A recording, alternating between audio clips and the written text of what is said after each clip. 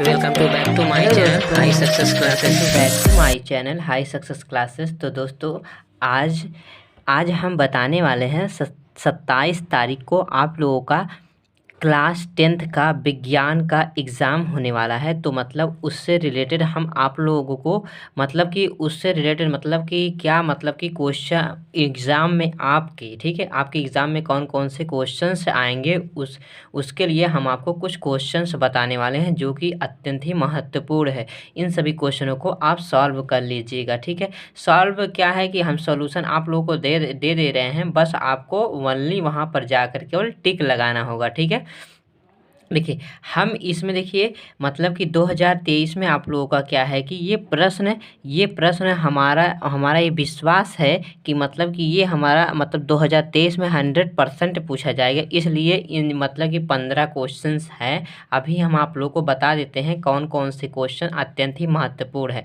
मतलब वैसे तो यूट्यूब पर बहुत से पेपर्स 2023 के वायरल हो रहे हैं। उससे उससे हमें कोई प्रॉब्लम नहीं है। ठीक है, उससे हमसे कोई लेना देना नहीं है। मतलब कि हमें मतलब कि किसी लड़के या लड़की के साथ मतलब उसके साथ मतलब धोखा ना हो। मतलब कि उसकी भी अपनी एक लाइफ है, एक तरह से मतलब उसके साथ मतलब धोखा ना किया जाए। क्योंकि अगर क्या क्या कोई मतलब कि पेपर 2023 के पेपर को क्या मतलब एग्ज़ाम में से ला सकता है, मतलब कि एग्ज़ाम के पहले ला सकता है क्या? ये पॉसिबल है? ऐसा नहीं, ऐसा हम बिल्कुल भी नहीं करेंगे। मतलब कि ये जो अत्यंत ही महत्वपूर्ण क्वेश्चंस हैं, ये हम क्वेश्चंस आप लोगों को बता दे रहे हैं। ये क्वेश्चंस आप पढ़ लीजिएगा। ठीक है, इसके बाद आप लोग हमें कमेंट बॉक्स में कमेंट सेक्शन में बताइएगा ये क्वेश्चंस आया था या नहीं आया था। ठीक है, ठीक है, अब हम चलते हैं क्वेश्चन को अपने स्टार्ट करते हैं। कह रहा है कि किसी अवतल दर्पण द्वारा आभासी सीधा तथा आवर्धित प्रतिबिंब बनता है। तो यहाँ पर वस्तु की स्थिति बोल रहा है। ठीक है, वस्तु की स्थिति के लिए यहाँ पर होगा ध्रुव व फोकस के बीच। ठीक है, ध्रुव व फोकस के बीच में जब होगा तो हमारा क्या होगा, अवतल दर्पण द्वारा आभासी सीधा और आवर्धित प्रतिबिंब बनेगा। ठीक है, इसके लिए ये हमारा फर्स्ट ऑप्शन जो होगा ठीक होगा। ठीक है, इसके लिए अब हम चलते हैं सेकंड क्वेश्चन पर। हमारा कह रहा है कि निकट दृष्टि को ठीक करने के लिए आवश्यक अवतल लेंस की फोकस दूरी कितनी होनी चाहिए? 25 सेंटीमीटर की दूरी, ये वाली। ठीक है, कितनी होनी चाहिए? 25 सेंटीमीटर की। ये सेकंड क्वेश्चन हो गया। अब चलते हैं अपने हम थर्ड क्वेश्चन पर। कह रहा है कि विद्युत आवेश का मात्रक क्या है? आप लोग विद्युत आवेश का मात्रक जानते होंगे। जूल तो हमारा किसका मात्रक होता है? जूल हमारा किसका मात्रक होता है? कार्य का मात्रक होता है। ठीक है, और वोल्ट किसका मात्रक होता है? विभवांतर का होता है। एम्पियर किसका मात्रक होता है? धारा का मात्रक होता है। बस अब तो आप लोग को जान ही गए होंगे आवेश का मात्रक क्या होगा, मतलब कूलाम होगा। ठीक है, ये वाला हमारा होगा आंसर। ठीक है, कूलाम, मतलब कि बी वाला ऑप्शन हमारा ठीक है। अब हम चलते हैं थर्ड क्वेश्चन पर। कह रहा है कि विद्युत जनित्र स्रोत है। अब विद्युत जनित्र का स्रोत क्या है? देखिए विद्युत जनित्र का स्रोत, इसमें ना ही विद्युत ऊर्जा होगा, ना ही विद्युत आवेश होगा, और ना ही इनमें से कोई नहीं। मतलब कि ये ऑप्शन नहीं होगा, हम इसको कह रहे हैं। ठीक है, ये आपका जो ऑप्शन है इनमें से कोई नहीं है, ये नहीं होगा, ये यांत्रिक या ऊर्जा होगा। क्योंकि यांत्रिक ऊर्जा में क्या होता है, आप लोग जानते होंगे पोटेंशियल एनर्जी और काइनेटिक एनर्जी। जिसको कहते हैं हिंदी में स्थितिज ऊर्जा, गतिज ऊर्जा। जब गतिज ऊर्जा और स्थितिज ऊर्जा मिलते हैं दोनों, तो हमारे क्या कहलाते हैं? मैकेनिकल एनर्जी यानी यांत्रिक ऊर्जा। तो दोनों से मिलकर हमारा क्या होता है? जनित्र स्रोत है। मतलब जनित्र का एक स्रोत क्या है? यांत्रिक ऊर्जा। ठीक है, तो यहाँ पर इसमें ये वाला है। ठीक है, अब यहाँ पर इसमें चलते हैं। विद्युत बल्ब रेखाएं क्या होती है? विद्युत बल रेखाएं क्या होती हैं? सदैव समांतर होती हैं, एक बिंदु पर होती हैं, एक दूसरे को कभी नहीं काटती। मतलब याद रखिएगा, विद्युत बल रेखाएं कभी भी एक दूसरे को काटती नहीं है। ये आप लोग पढ़ चुके होंगे। ठीक है, विद्युत बल रेखाएं क्या होती हैं? एक दूसरे को कभी भी काटती नहीं है, मतलब क्रॉस नहीं करती हैं। ठीक है, तो हम चलते हैं अपना, ये हमारा कौन सा क्वेश्चन था? ये हमारा देखिए पांचवा क्वेश्चन था। ठीक है, पांचवा क्वेश्चन। अब हम चलते हैं छठवें क्वेश्चन पर। ठीक है, हमारा छठवां क्वेश्चन है, कह रहा है कि चुंबकीय क्षेत्र का मात्रक है। अब देखिए चुंबकीय क्षेत्र का, अब देखिए ओम तो दूसरे का मात्रक होता है। ठीक है। ओन दूसरे का मात्रक होता है, और यहाँ पर भी ये एक ही दे दिया है, उससे कोई प्रॉब्लम नहीं, ये भी नहीं है और ये भी नहीं है। और यहाँ पर देखिए टेस्ला, ठीक है, टेस्ला हमारा क्या होता है, चुंबकीय क्षेत्र का मात्रक होता है। अब चलते हैं 7वें क्वेश्चन पर।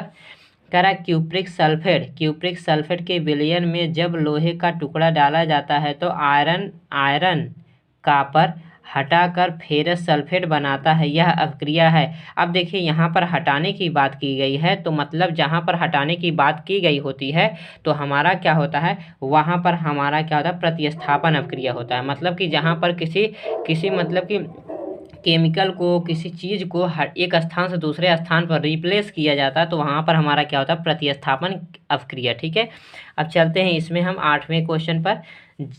क्षार जल में विलय क्षारक होते हैं, ठीक है। क्षार जल में विलय क्षारक होते हैं जो परिवर्तित कर देता है, ठीक है, जो परिवर्तित कर देता है। इसमें से देखिए लाल लिटमस लाल, ठीक है, लाल लिटमस, ये वाला हमारा क्वेश्चन जो मतलब कि सॉरी यहाँ पर जो आंसर होगा, ऑप्शन होगा, ये आपका ठीक होगा, ठीक है। समझ में आ रहा है आप लोगों को, लाल लिटमस लाल मतलब कि क्षार में, ठीक है, क्षार जल में विलय क्षारक होते हैं जो परिवर्तित कर देता है, तो मतलब लाल लिटमस लाल होगा, ठीक है। अब हम चलते हैं 9वें क्वेश्चन पर। 9वां क्वेश्चन है, ठंडे ठंडे जल से क्रिया करके मीथेन बनाता है, क्या बनाता है। देखिए कैल्शियम कार्बाइड भी नहीं बनाता है, कैल्शियम कार्बोनेट भी नहीं बनाता है, एल्युमिनियम कार्बोनेट भी नहीं बनाता है, एल्युमिनियम कार्बाइड बनाता है, ठीक है। मतलब ठंडे जल से क्रिया करके मीथेन क्या बनाता है, एल्युमिनियम कार्बाइड बनाता है। ये बात याद रखिएगा आप लोग, एल्युमिनियम कार्बाइड, ये वाला ऑप्शन हमारा ठीक होगा। तो यहाँ पर देखिए धावन सोडा की प्रकृति क्या होती है, धावन सोडा की प्रकृति जो होती है, अब धावन सोडा की प्रकृति क्या होती है पता है, धावन सोडा की प्रकृति जो होती है वो हमारी क्षारीय होती है। क्षारीय कैसे होती है ये हम आप लोग को बता दे रहे हैं। धावन सोडा का सूत्र NaOH होता है, ठीक है, NaOH होता है। तो यहाँ देखिए OH जो है, OH हमारा जो होता है क्षारीय प्रकृति को दिखाता है, जबकि H+ आयन जो होता है वो हमारा अम्लीय को दिखाता है, ये हमारा क्षारीय को दिखाता है, जिसको इंग्लिश में कहते हैं बेस, और इसको H+ को क्या कहते हैं, एसिड, ठीक है।